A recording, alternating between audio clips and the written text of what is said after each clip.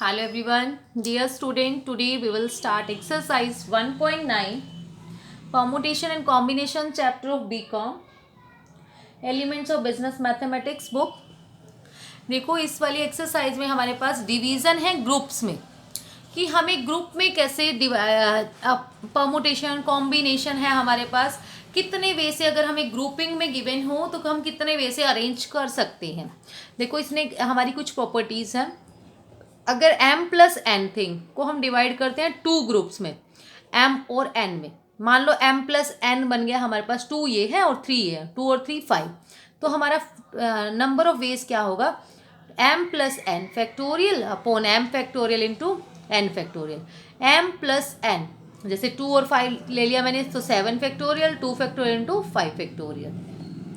Number 2, if 2m things are to be divided equally between two groups containing m things each, then the number of subdivisions, the number of subdivision बताइए। देखो इसने कहा 2m things है, कोई भी 2m मतलब है 2 4 जा 8 हो गया मान लो, ठीक है, उसको डिवाइड कर ले, ऊपर वाले की तरह ही है वैसे, ट्वाइस है कोई थिंग का, उसको हमने किया तो हमारा आंसर क्या होगा 2m factorial upon m factorial into m factorial. ठीक है, एक तरह से सेम है ये। अगर हम ऊपर वाले की बात करें 4 + 4 हो तो 4 फैक्टर इंटू 4 तो उसका स्क्वायर बन जाएगा, है ना, 4 2 जा 8 हो जाएगा। ऐसे ही है ये भी, अगर इक्वली डिवाइड करना है तो हम ये लगाएंगे 2m factorial upon m factorial का स्क्वायर। लेकिन if two groups are equal and no distinction is possible, उसने कहा अगर टू ग्रुप्स जो बनाए हैं ना हमने वो ग्रुप वो बिल्कुल इक्वल है, उसमें कोई डिफरेंस नहीं है।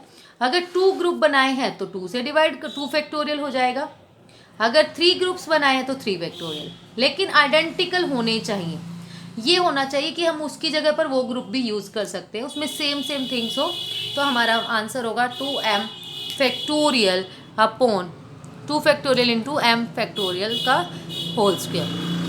थर्ड है if m n p things can be divided into 3। अब 3 ग्रुप्स बना दिए तो हमारा नंबर ऑफ वेज क्या होगा m plus n plus p factorial upon m factorial into n factorial upon into p factorial.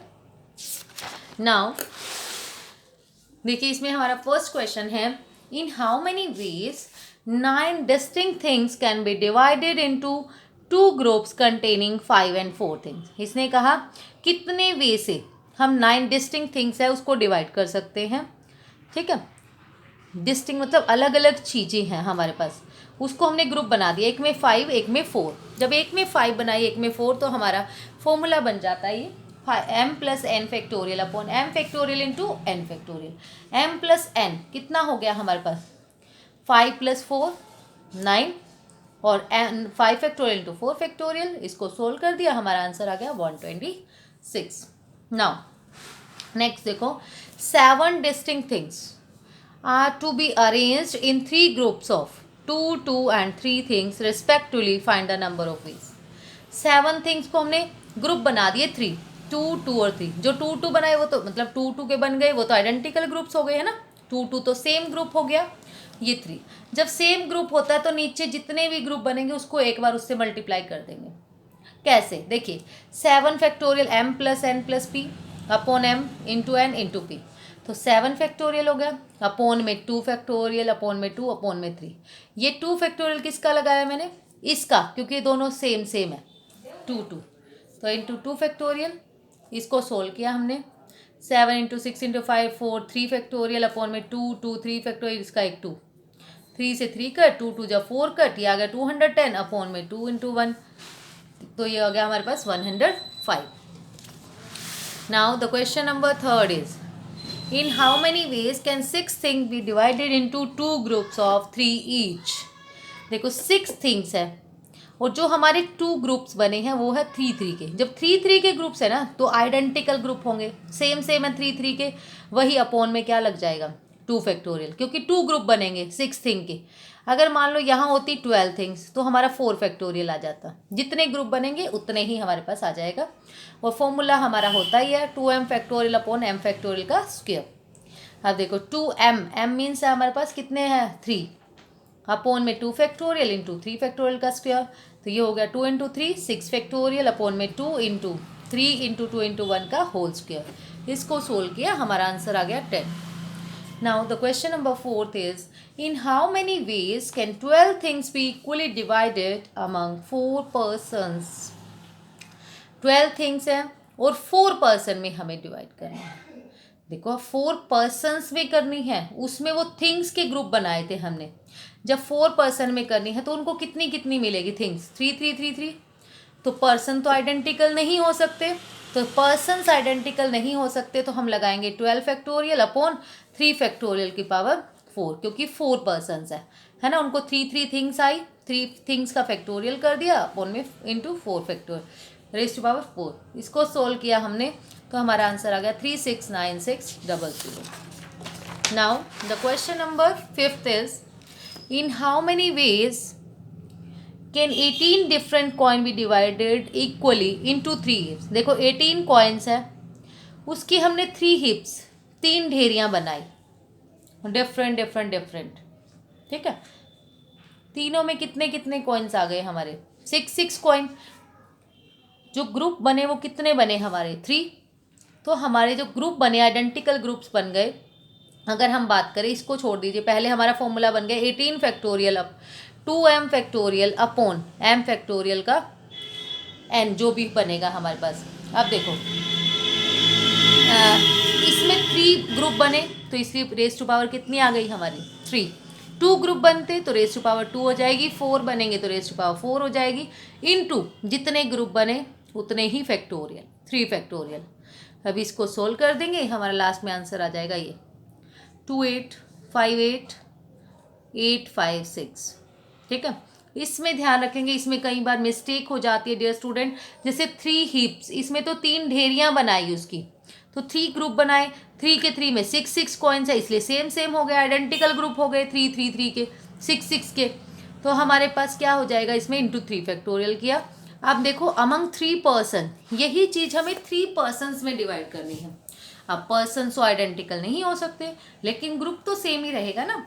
Group तो उसको 3 पर्सन्स में हमने डिस्ट्रीब्यूट कर दिया, उनको मिलेंगे तो सबको 6 6 6, लेकिन वो ज़रूरी नहीं है वो सेम होंगे, वो पर्सन तो डिफरेंट है हमारे। तो हमारे पास क्या होगा, 18 फैक्टोरियल अपॉन 6 फैक्टोरियल का cube.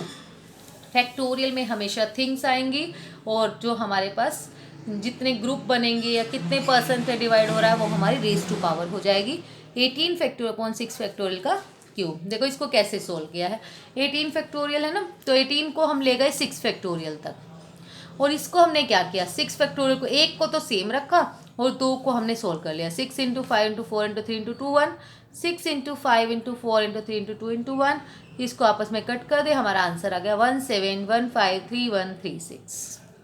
Now the last question is in how many ways can a selection be made out of 4 red, 6 white and 2 identical balls।